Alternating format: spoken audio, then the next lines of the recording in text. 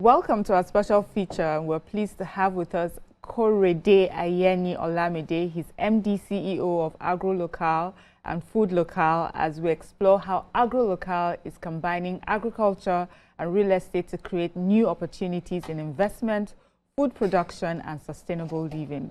Welcome, Mr. Korede Ayeni. Thank you very much. Glad to hear. Yeah. So, AgroLocal, Food Local, what is it about, and what gap is it trying to fill in agriculture? Okay, AgroLocal is an agro-realty company, but it's also an agribusiness, right? Where we curate experiences around agriculture, particularly giving people an entry point into agriculture. Back in the days, or a few years ago, a lot of people would have a lot of bad things to say about agri-investment. And that came from a lot of miscommunication or lack of communication, right? And some people see agri-investment as a get-rich scheme, which it is not, right? And one of the things that we are trying to do is to focus young people to see agriculture as a viable opportunity, but at the same time, we are very realistic with our offerings. For instance, instead of you expecting a mirage of what agriculture could give you, the realism is that you know what you are getting. For instance, if you are cultivating a plot of tomato, you know what the expected yield or estimated yield from that plot is, and then you know what the projected revenue is, because there are certain factors that determine those things in terms of market prices, price unpredictability, market variations, and all of that. So what we do with our ecosystem is to make sure that younger people look towards land ownership, but then they also get the extra value of AgroLocal cultivating these things for them. And then Food Local is our distribution network. Yes. Okay. So what are some key projects people have already benefited from through the AgroLocal? Okay, we have projects across Lagos, Abeokuta, Ibadan. In Ibadan, we have about 65 acres of land where we are currently building a resort, a farm resort actually. And in Abeokuta, we have some projects, right? There's one called Bounty Harvest. There's another called Paradiso, right? Where we are cultivating yam, sweet potato, pepper, tomatoes, maize, and cucumber. For instance, on one of our farms, we have over 15,000 heaps of yam planted already. Over 15,000, right? And we have over 10 to 15 acres of plantain. We have acres of pepper, tomato, but we are really just focused on the market, right? Because we are trying to get into the game of food security, trying to make food available, right? And all of this is really benched upon people seeing that agriculture can give them what they want, but you need to understand that these things take time, or it takes a process. So for instance, you come into our ecosystem, you know that tomato cultivation takes a certain period of time. There's a certain period of time for commencement of harvest, and there's a certain period of time to sell that harvest to get the revenue expected, right? So it's just a realism of agriculture, step by step. It's very interesting. So that means you are putting food into the market. Yes. Which is, for me, that's a big, and I'm looking at you, you're so young, and I'm so impressed. I love young people. The young people of today are not like the young people of my day. We were all working, going to office. People are, out there trying to make money. I'm very impressed. Sorry. Thank you. I just went out of the box. Thank you. That's the question. Maybe Okay, since you've spoken about young people, I would want to ask how you're making agriculture interesting for young people. Good question. One of the things that we have actually been very particular about since we started has been to curate experiences. Gone are the days where it's just the man, the hoe, and the land. And then where they would take camera, they would just show one man. So agriculture can be an experience, and AgroLocal is a testament to that fact.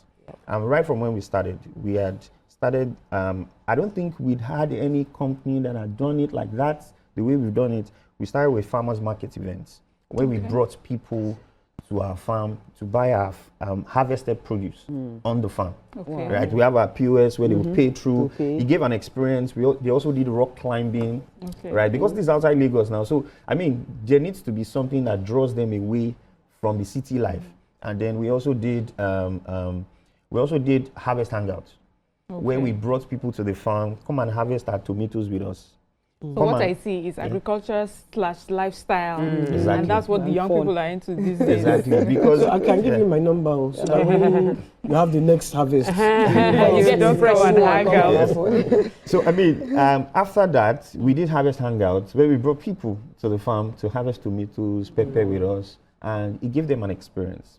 Then I also thought to myself that charity begins at home. Okay. So if we are giving this value out to the public, let me start it with my staff at Agro Local.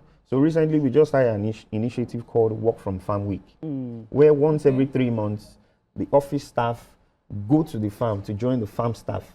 And there's that synergy all through the week. We are working from the farm. We are doing all of the transplanting together, all of the nursery preparation together. There's cooking competition. Amazing. There are sessions where they meet with, they have meetings with the HR to align our goals as a company. And then there are also treasure hunts, right? Where staff go to win, just to encourage them, right? Go to win TV, fridge, all those things that motivate them, right? Okay. You have to come. Okay, so the house, you know, as interesting as that is, and of course it shows that you've put a lot of thought into it. Yes. What also attracts people into the agribusiness is investment. So what makes the combination of agriculture and real estate such a strong investment strategy? All right, so I think that people tend to think of agriculture as, oh, let me just farm. But you don't know that who owns the land actually makes the decisions, right? So what we are trying to change is that you get to own tangible assets, which is land. Then we are giving you the extra value of the cultivation that can be done. Now, there are certain modes of cultivation. For instance, if we were doing oil palm, we can concentrate it on every person's plot, right? But if we are doing things that are quite delicate and fast moving, like tomato pepper, one of our values is we concentrate it within the company reserved area, whereby we already have about 3 boreholes. We have all the irrigation drip tips lined up. We have about 2 reservoirs, 10,000 liter tank, right? And on our farm already, it makes this repeatable because we are resident on the farm. It's not a farm that we visit. We have our staff lodge on the farm with about 12 bed spaces. We have a sick bay. We have a farm nurse. We have public toilets on the farm for people who want to visit the farm. Wow. We have an admin building with a conference room on the farm, right? We have an office. We have our farm storage. We have a common room where our staff can gather at weekends just to chill, right? And then we also have a pack house where we do all of the sorting, the harvesting, and all of that. So, yeah. So as interesting as it sounds, there will be challenges. So what are these challenges, and what efforts are you making to address them? I mean, there are challenges every day in business. And one of the challenges we had to face was we had to do our parts. When the government was supposed to step in, we just went ahead to do it. For instance, when we acquired the Paradiso project, it's over 95 acres of land. There was no road access. There are like almost 10 to 20 communities from the express to the project.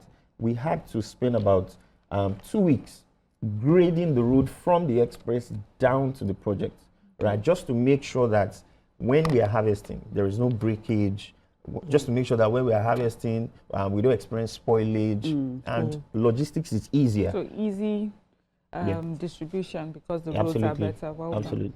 Yes, so I wanted to ask you, I know investors would want to visit. What kind of experience would they get when they come around? What should they expect, the experience and returns when investors are visiting? Okay, so one of the things that we like to do is we like to take clients on consultations. We want to know what you want to achieve. Because if you come into our ecosystem and you say, oh, you want to make 100 million in 6 months, as now. Do you understand? It's not possible. It's not. That's very honest. It's a Thank mirage, you. right? We try to understand what you want to achieve. We let you see the realism. This is not possible. Okay, this is possible. Okay. Then we tilt you towards our side to say, these are our offerings.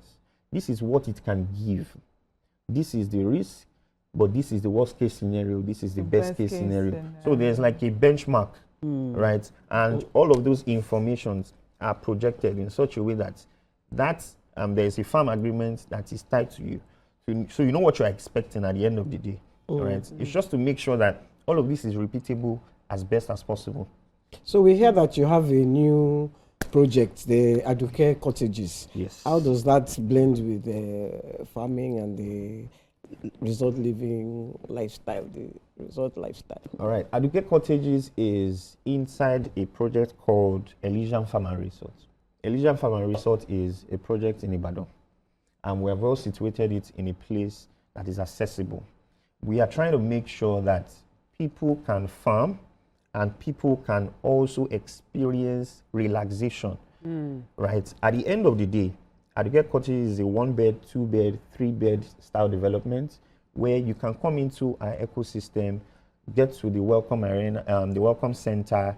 They take you in. The shuttles take you from the welcome center to your lodge, right? Elysian Farm and Resort Aduke Cottages is actually also close to the Omiadio train station.